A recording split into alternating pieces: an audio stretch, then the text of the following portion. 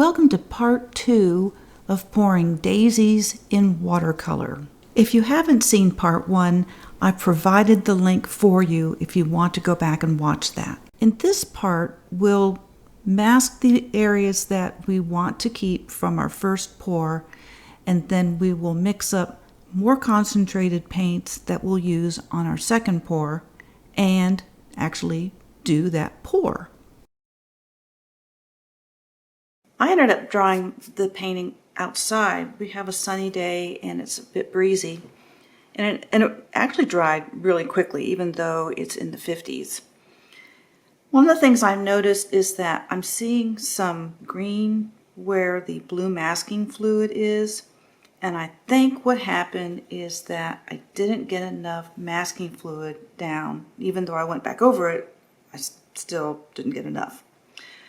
So we'll see how that turns out. Maybe it'll look like dappled light on the flowers. I don't know. So we'll just have to see how it goes. But because I was a little concerned about that, I decided that I wasn't going to use just this PBO masking fluid. I decided to mix it with this incredible white masking fluid. I've had good luck with this one. It still feels a little thin to me, so we'll see how it goes. This was the first value, white. What I poured on is value number 2. Oh, and I forgot to mention, I was looking for something else, and I found this Cheap Joe's Art stuff. It's an ugly brush. Well, if you know anything about them, they're going out of business. So here we go.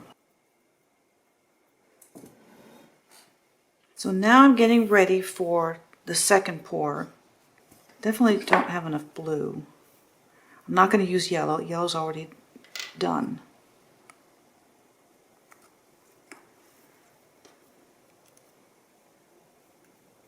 So I'm going to start with blue.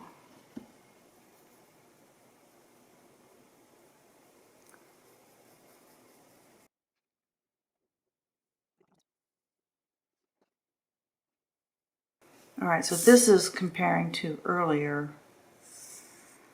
And it needs to be a little darker than the first pour, but the first pour was actually too light.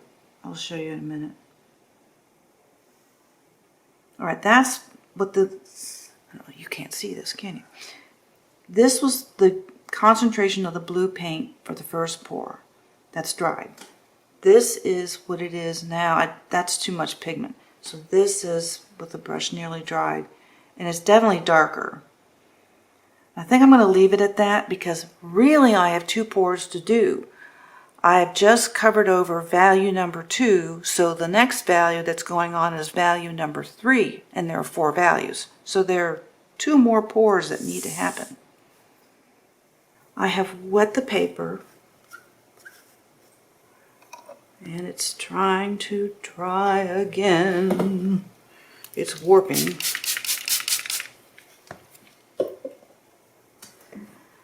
And I'm going to try to, I wasn't going to use yellow, but I think I'm going to use yellow again. And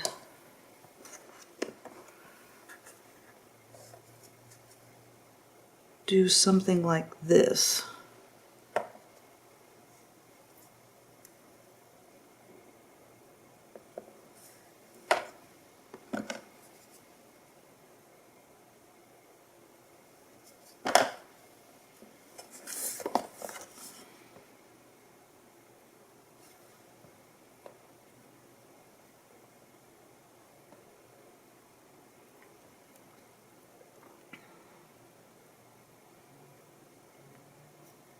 Yeah, that is not exactly what I expected.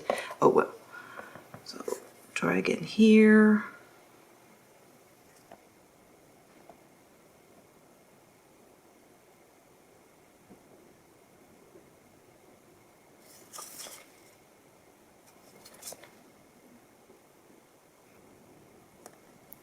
I'm trying to get more value.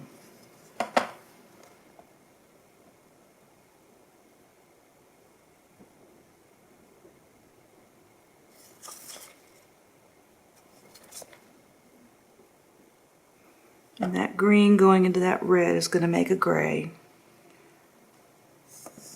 might look okay. I'm going to put a little bit of blue here.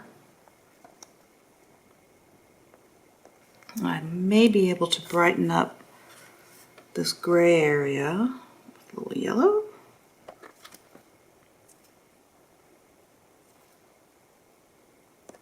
And I'm going to try a little yellow here. I'm trying to hold it at an angle in case you can't see that.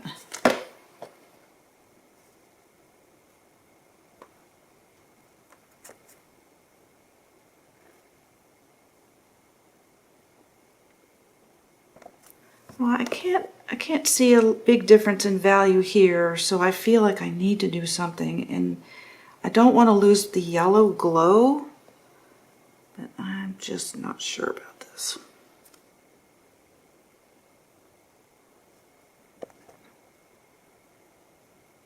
I mean, it's bound to be darker.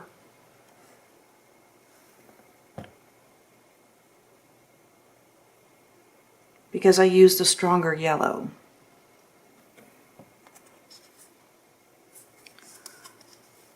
I'm just not sure about this sort of muddy area.